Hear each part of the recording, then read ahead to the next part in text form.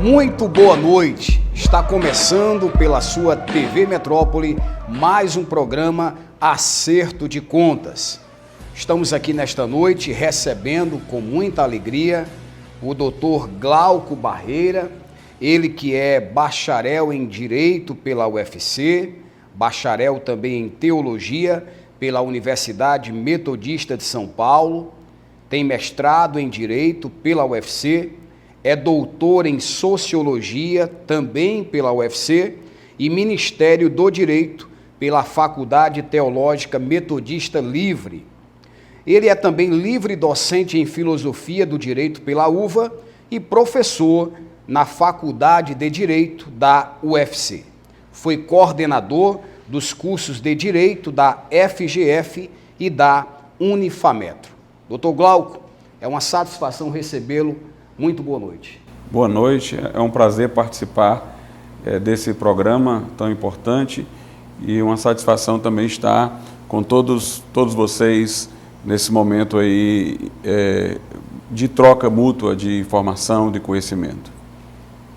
Nos acompanha aqui na apresentação o Carlos Maciel, que está aqui ao meu lado, e também o Carlos Rebouças. Boa noite, senhores.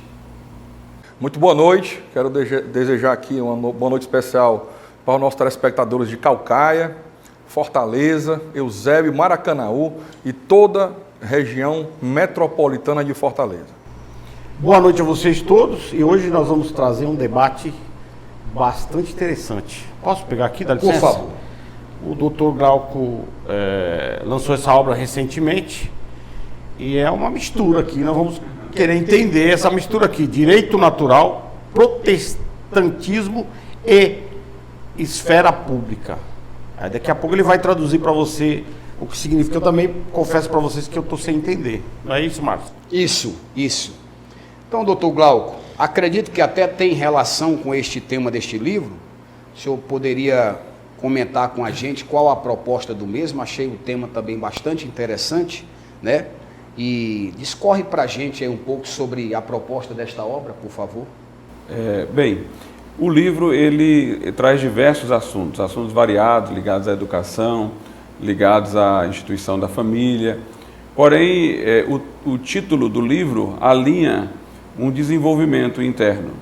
A ideia de direito natural, que aparece como primeira expressão no título, era a ideia que vinha já desde a filosofia clássica, atravessando a época áurea dos romanos e perpassando a Idade Média, segundo a qual há certos princípios éticos que são inegociáveis, que são imutáveis, que são permanentes, porque representam aspirações constantes da natureza humana, que estão de acordo com a natureza das coisas. Esses princípios devem nortear a elaboração das leis, do direito posto num determinado local, numa determinada época. É claro que quando se vai elaborar o direito, você não leva em conta só princípios desses que são imutáveis, permanentes, mas também as condições sociais, estruturais, específicas de um povo. Mas esses princípios têm que ter suas exigências sempre atendidas. Na época medieval e na Antiguidade Clássica, se falou muito desse direito natural como uma ordem de deveres. Mas o que é que o protestantismo trouxe? Uma valorização do indivíduo, com a ideia de que o homem poderia ter um encontro direto com Deus, mediado apenas pela leitura da Bíblia e por sua fé pessoal em Jesus, sem todo o caminho sacramental, sem toda a mediação institucional. Isso fez com que se valorizasse a condição do indivíduo. Isso fomentou, por exemplo, o constitucionalismo, o reconhecimento dos direitos individuais, principalmente nos países protestantes, de forma pioneira.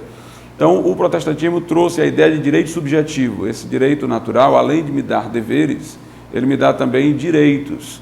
Então, até o momento anterior à chegada do protestantismo, falava-se muito dos deveres, por exemplo, dos reis, daqueles que governavam. Mas, se eles violassem direitos dos súditos, não teria como se reagir a isso, porque eles eram os governantes, os monarcas, eles coagiam, mas não poderiam ser coagidos.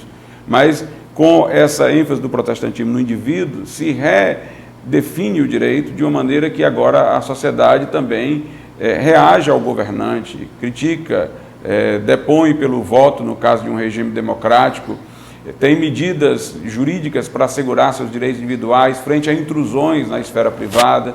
Então, isso daí trouxe uma nova visão do direito que é hoje conhecida em todo o Ocidente. Aí, por que é que eu entro na questão da esfera pública? Porque hoje se tem dito muito que no âmbito da esfera pública não se deve admitir argumento religioso, ou argumento que tenha pano de fundo religioso, ou um argumento que seja proveniente de uma perspectiva que está ligada à fé da pessoa. No entanto, se nós não tivéssemos isso, nós não teríamos sequer a noção dos direitos, como eu estou falando aqui.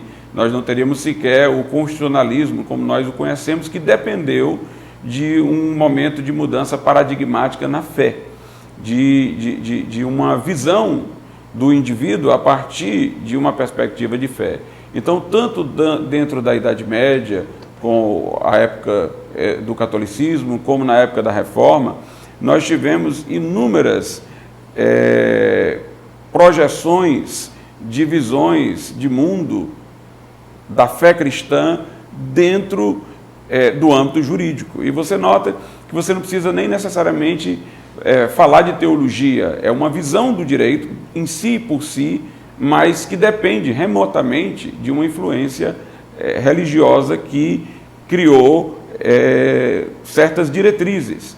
Então, se nós fôssemos tirar da esfera pública o argumento que tem como pano de fundo elementos religiosos, nós iríamos ter que nos desfazer de todo o Ocidente. Nós iríamos, inclusive, perder aquelas coisas pelas quais nós lutamos, como os direitos individuais. Então, o objetivo do livro é mostrar a importância do direito natural e mostrar o que o protestantismo adicionou a essa ideia de direito natural como sua contribuição e mostrar que a esfera pública se empobrece se nós limitarmos as possibilidades de argumentação à argumentação daqueles que não professam fé ou que ficam vigilantes no seu discurso para não deixar que qualquer elemento da fé entre na forma de sua visão. Nós não teríamos a sociedade ocidental como temos sem a participação do cristianismo, assim como a participação da filosofia clássica, assim como a participação dos elementos do direito romano. Então, nós temos que nos abrir a uma ampla sociedade do discurso, em que os argumentos sejam todos colocados, vindo de onde vierem, e que devem se mostrar influentes na medida em que sejam capazes de convencer aos outros, convencer a sociedade. Mas nós não podemos dogmaticamente, aí sim é um dogma, dizer você tem essa perspectiva, então você tem que ficar silente no discurso. Muito interessante. Rebouças, sua ponderação ou pergunta para o nosso convidado, Dr. Glauco? Existe um ditado que diz que o brasileiro ele tem memória curta. Na verdade, eu estenderia isso a todo mundo. O mundo inteiro tem memória curta, a humanidade tem memória curta. Mas essa memória curta é por falta de conhecimento da história, falta de conhecimento do caminhar da humanidade até o ponto em que chegamos agora. As pessoas criticam o protestantismo, as pessoas criticam o cristianismo, as pessoas criticam a religião. Querem uma sociedade com religião expurgada, com a religião fora do debate social. O que eles não lembram, por ignorância, aí na verdade eles nem chegaram a conhecer a história, é que o que mudou o mundo, o que mudou a sociedade para chegar ao ponto que nós temos hoje, foi exatamente o cristianismo, foi exatamente a religião, que foi o que o Dr. Glauco falou. Para falar de um ponto específico, eu quero trazer aqui o artigo 5º, inciso 1, da Constituição da República Federativa do Brasil, que diz: homens e mulheres são iguais em direitos e obrigações nos termos desta Constituição. A primeira vez que se teve a noção de que homens e mulheres eram iguais, eram seres que tinham que ter a mesma igualdade de direitos e deveres, foi com o patriarcado judaico, tão batido pelas feministas atuais. Porque até então, todas as culturas do mundo relegavam a mulher a um objeto. A mulher nem espírito tinha, segundo a todas as culturas do mundo, fora o judaísmo. No judaísmo, com o patriarcado, trouxe a ideia de que o patriarca ele era responsável pela vida de todos aqueles que estavam debaixo da sua proteção, iniciando pela sua esposa, filhas e filhos, e inclusive os escravos e escravas. Eram todos bem tratados e de forma igualitária. E, posterior a isso, veio o cristianismo, que aí igualou 100%. Por exemplo, quando o apóstolo Paulo diz, no campo em que a mulher sofreu mais em toda a humanidade, que é o campo sexual, o apóstolo Paulo trouxe uma definição que aí a nossa Constituição, no inciso 1, vem daí a ideia de igualitária. Ele diz o quê? O corpo do homem não pertence ao homem, pertence à sua mulher. Da mesma forma, o corpo da mulher não pertence à mulher, pertence ao seu marido. Ele igualou no campo que é o campo sexual, onde a mulher foi mais subjugada em toda a humanidade, onde a mulher é usada como objeto, ele igualou homens e mulheres. E aí aqui eu parabenizo o nosso autor, convidado de hoje, por um livro que traz um tema, né, que fala de protestantismo, vira para cá, Márcio, para eu ver aqui, direito natural, que as pessoas muito ignoram, o doutor Glauco falou muito bem, é inato de cada ser humano, esse direito natural vai estar em toda a cultura, o protestantismo, que é a questão de filosofia, né? E inclusive a esfera pública, e como isso deve atuar dentro. E aí a pergunta que eu quero deixar, é porque existe uma confusão, doutor Glauco, muito grande no Brasil, sobre o que seja um país onde é laico, né? Regime laico, existe uma confusão muito grande do que é isso, do que seria ser laico, ou queria ser laicista. Né? As pessoas às vezes confundem o ser laico com proibir religião. Sim. E aí eu queria que o doutor expusesse esse tema. Bem, em primeiro lugar, a expressão Estado laico, ela é contraposta a Estado confessional. Nós costumamos dizer que o Estado confessional é um Estado atrasado, é coisa da Idade Média, mas antes de dizer isso é bom lembrar que a Inglaterra é um Estado confessional. Né? E lá, apesar de ser confessional, a Igreja Anglicana ser a Igreja do Estado, há muito respeito aos direitos das pessoas. Como também outros países ali da Europa são Estados confessionais. Mas eu sou favorável ao Estado laico, que é o Estado não confessional. Ele não tem uma religião específica que ele patrocina, que ele subvenciona, ele não obriga ninguém a seguir uma determinada religião e nem tem alguma religião como específica. Porém, quando você fala de Estado laico, a definição é negativa. O Estado é laico quando ele é não confessional. Não quer dizer que ele, por não ser confessional, ele seja antirreligioso, ele seja contrário à religião. Inclusive, existem níveis de Estado laico. Os Estados Unidos é considerado um Estado laico, mas até um certo tempo atrás, mesmo nessa condição, valorizou muito a questão da religião, com monumentos aos 10 mandamentos, pessoas jurando com a mão em cima da Bíblia, porque isso é da cultura, da tradição, da origem, né? Valorizando fortemente elementos do cristianismo. Já a França, que teve uma revolução anticlerical, ateísta e tal, ela tem um Estado laico muito mais vigilante da religião. E o que nós devemos temer é o laicismo, que é exatamente quando, em nome do Estado laico, você quer fiscalizar todo elemento religioso. Eu, por exemplo, acho uma aberração que na França, dentro de repartições de escolas públicas, a muçulmana não possa usar o seu véu. A pessoa católica não possa ir com o crucifixo no pescoço. Isso daí é o corpo dela, não é a questão da repartição, é a esfera privada dela. Quer dizer, em nome do Estado laico, você está fiscalizando o que a pessoa tem no seu próprio corpo. Eu acho isso uma coisa extremamente abusiva, né? E a gente fica pensando, eu falei aqui que o cristianismo muito contribuiu para formar elementos, inclusive, do direito moderno. A escravidão, infelizmente, dentro da cristandade, foi por um momento defendida, né? Escravidão, inclusive, baseada em critérios eticamente reprováveis, que eram critérios raciais. Mas o cristianismo ele tem o poder de se autocurar. porque foram cristãos que combateram a escravidão também. A sociedade islâmica, por exemplo, ela parece perpetuar os seus erros porque ela não tem elementos internos de autocorreção. O cristianismo tem. Pessoas que se dizem cristãs podem fazer coisas erradas, mas as coisas erradas delas vão ser vistas como hipocrisia. E vão aparecer pessoas cristãs que vão reprová-las em nome do cristianismo. Então houve realmente essa hipocrisia ocidental na escravidão dos negros.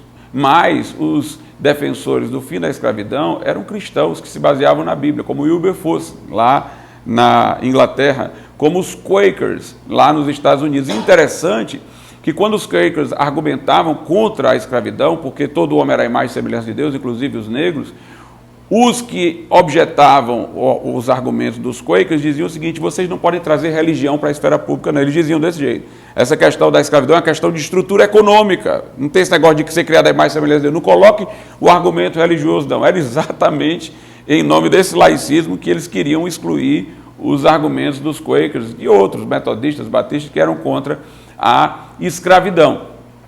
Quando houve o fim da escravidão, depois houve a segregação racial. Quem lutou pelo fim da segregação racial nos Estados Unidos? Martin Luther King, que era um pastor batista. Se você for olhar os discursos de Martin Luther King, são um sermão, ele cita a Bíblia toda hora. E aí, nós vamos dizer que isso foi um erro? Se foi um erro, nós ainda estaríamos dentro de um regime escravocrata, nós ainda estaríamos dentro da segregação racial. Até Joaquim Nabuco, que não era assim uma pessoa muito ligada tanto à religião, aqui no Brasil, que foi um grande lutador contra a escravidão, Joaquim Nabuco, ele teve uma formação muito influenciada pela Inglaterra. E os abolicionistas, né, ingleses eram constantemente citados por eles, inclusive o Wilberforce. E lá da Inglaterra, esses abolicionistas eram cristãos. Então ele foi influenciado por um pensamento cristão para fazer oposição à escravidão. Então a gente vê que se nós tirássemos a religião do cenário público, nós estaríamos numa condição ainda muito atrasada, com escravidão, com opressão, né? Foi mencionado aqui como o cristianismo contribuiu, né, para igualar homens e mulheres, inclusive na monogamia. Porque na poligamia um homem pode ter várias mulheres, mas uma mulher não pode ter vários homens. A monogamia é a igualdade, né? Um homem com uma mulher. Então, nós acabaríamos com a monogamia, porque isso foi uma contribuição cristã, antes era a poligamia.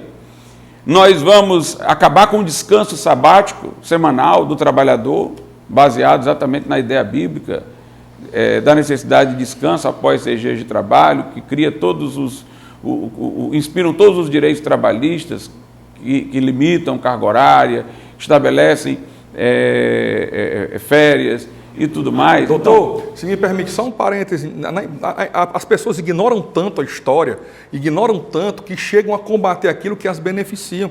Só um exemplo é esse que o doutor falou agora, porque é o seguinte: dias, meses e anos são regidos pelos astros, né? O sol, a lua, as estações do ano são regidas. Mas esse conceito de semana, a primeira vez que surgiu o conceito de semana foi quando Moisés escreveu o Pentateuco, onde ele trouxe que haveria 6 dias que formariam uma semana, aonde no 6º dia haveria um descanso, que hoje no mundo todo, para a grande maioria, é o domingo, que é exatamente essa ideia de trabalhar 5 dias e descansar 1. Se nós tirarmos o debate cristão, porque no resto, por exemplo, era trabalho de segunda a segunda, não tinha ideia do descanso semanal, né? Então esse exemplo que o doutor acabou de dar, eu queria só frisar, para o público, é exatamente isso. A própria semana, com um descanso semanal, é uma ideia religiosa do judaísmo e do cristianismo, não é isso?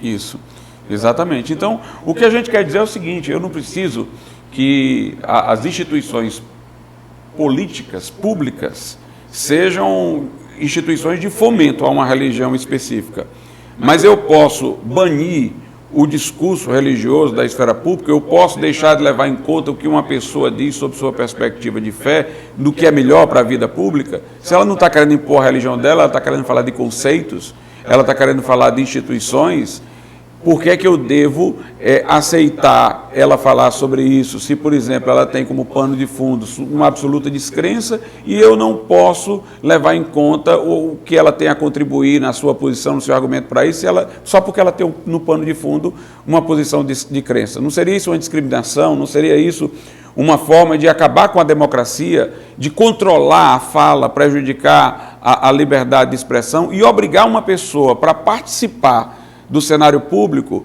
que ela negue o que há de mais importante para ela, que é a sua fé, o seu centro vital, né, que anima o seu pensamento, sua forma de pensar? Então a questão aqui não é defender que o Estado deva se unir a uma religião ou patrocinar uma religião. A questão aqui é o direito da pessoa que é religiosa de poder também falar, de poder também contribuir, de o seu argumento ser ouvido e aceito se tem bom fundamento e capacidade de convencer a sociedade, de ganhar adesão no sentimento social.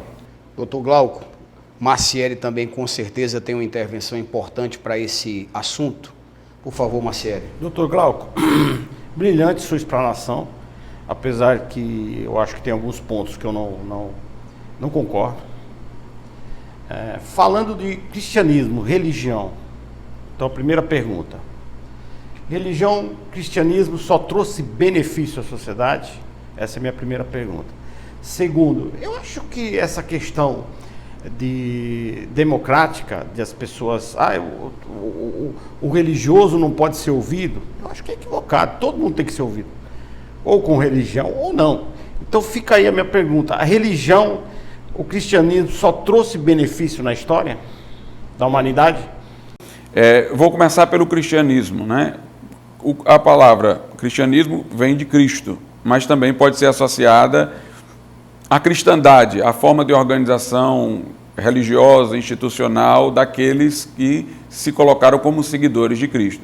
Então, se eu for olhar para Jesus, Jesus ele não feriu, não incentivou conflitos, pelo contrário, ele foi crucificado. Cremos como cristãos que ele ressuscitou, ensinou os seus discípulos a não resistência, aqueles que eram mais discriminados, os leprosos, que ninguém deles se aproximava, ele os tocou para curar. Jesus conversou publicamente com a mulher samaritana, apareceu ressuscitado às mulheres primeiramente, que não podiam naquele tempo ser testemunha em processo, ele as fez testemunha de sua ressurreição, acolheu as crianças que eram colocadas no direito romano, por exemplo, na mesma condição que os escravos.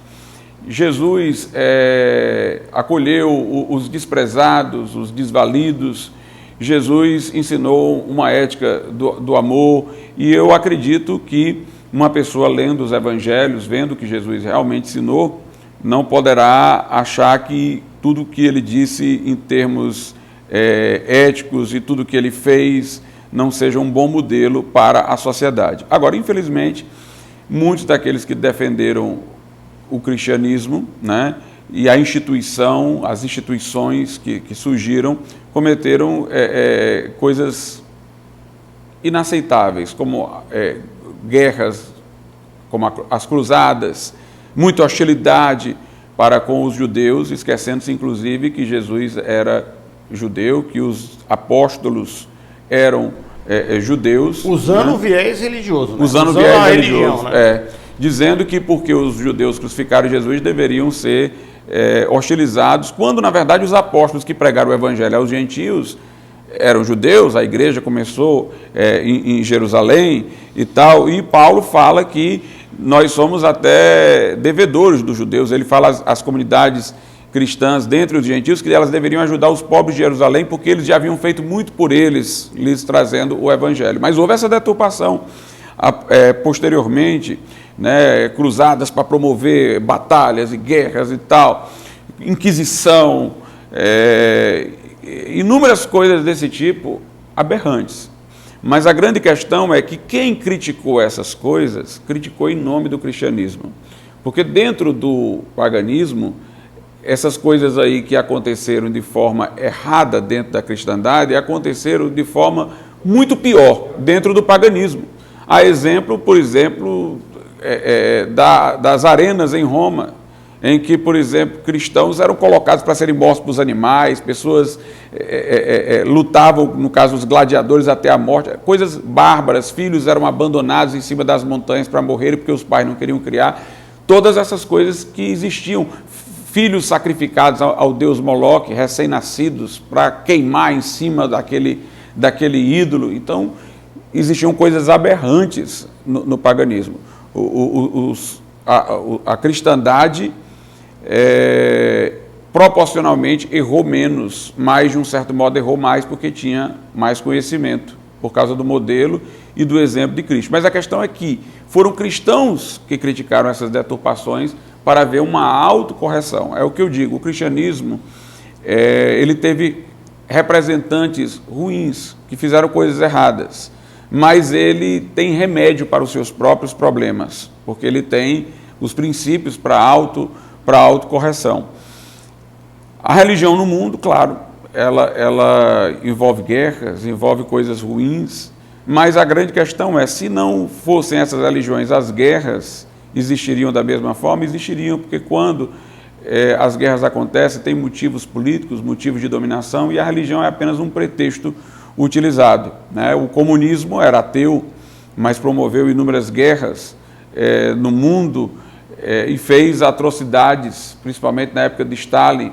O nazismo tinha uma religião panteísta, uma religião nacional, uma religião política, e quantas atrocidades promoveu, né? Então, o homem, ele é corrupto, a Bíblia o diz, o cristianismo assegura, e sendo corrupto, ele é capaz de deturpar as melhores coisas, e entre elas, o cristianismo.